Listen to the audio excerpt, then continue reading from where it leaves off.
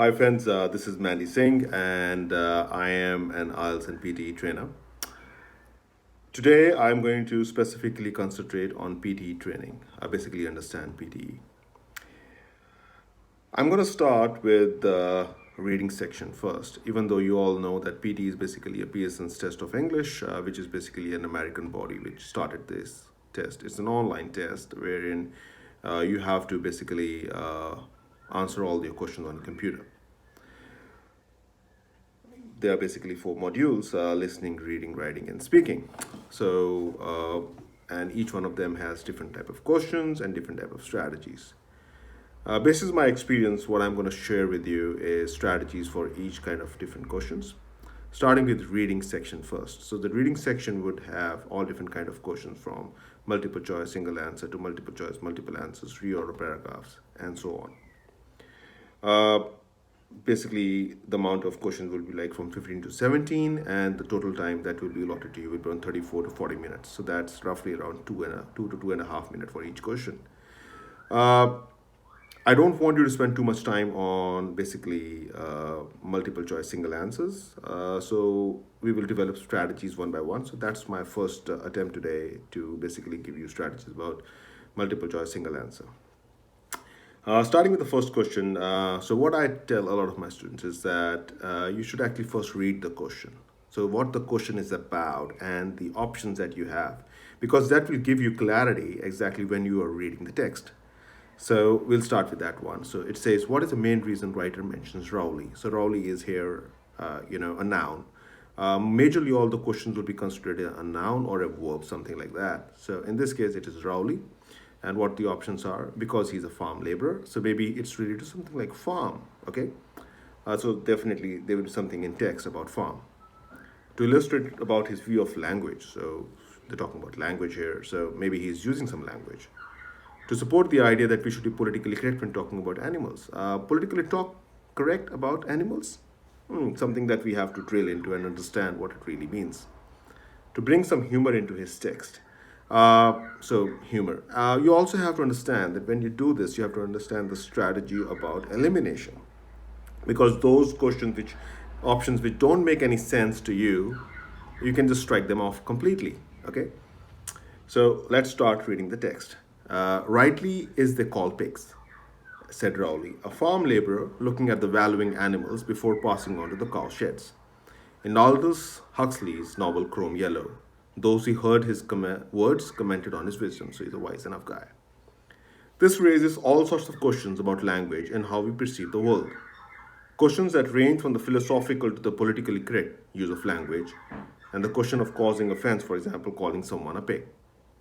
Those who believed in being politically correct tried to adjust language to take into account people's sensitivities in the areas of race, sexuality, and disability, and a theologian has recently written that we should do the same for the animal kingdom. To call them wild or beasts is, he says, derogatory and offensive.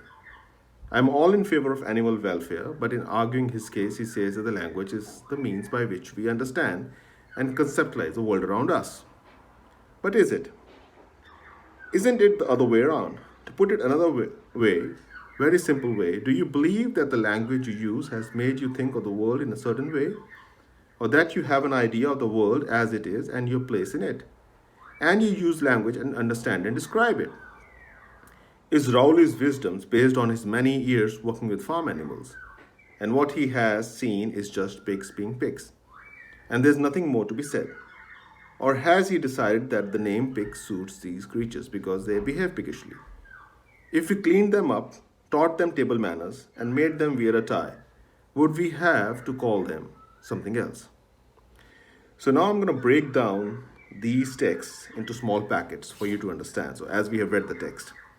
So going back, so first paragraph talks about, as he talks about pigs and his wisdom. That's what he talks about. The second paragraph talks about being politically correct, where they say if you call someone a pig, definitely is offensive. The third one talks about, wherein they talk about the theologians and other people who would say that if you talk about people and you're sensitive about their race, their sexuality, and disability, same thing goes with the animals. You can't call them with derogatory and offensive words. And he also talks about animal welfare too. The fourth paragraph talks about that is it the other way around? Basically, that's what it's talking about. Is to put it in a simple way, do you believe that language has made us think the world in a certain way? So, do we need to be very careful while using this language? And the last one talks about the Raleigh's wisdom that as he has been working with animals for so long, so basically he's talking about pigs being pigs. That's very simple. There's nothing more into it. There's nothing being more that you need to drill in. Even though the writer here is trying to deviate your thought process from a very simple question about pigs being called pigs rather than talking about politically correct thing. So I would go, my answer to in this case would be to illustrate his view of use of language. Basically, he means these are pigs because they're called pigs. As simple as that. There's nothing more in it. So we're keeping it very simple. We eliminate the other answers.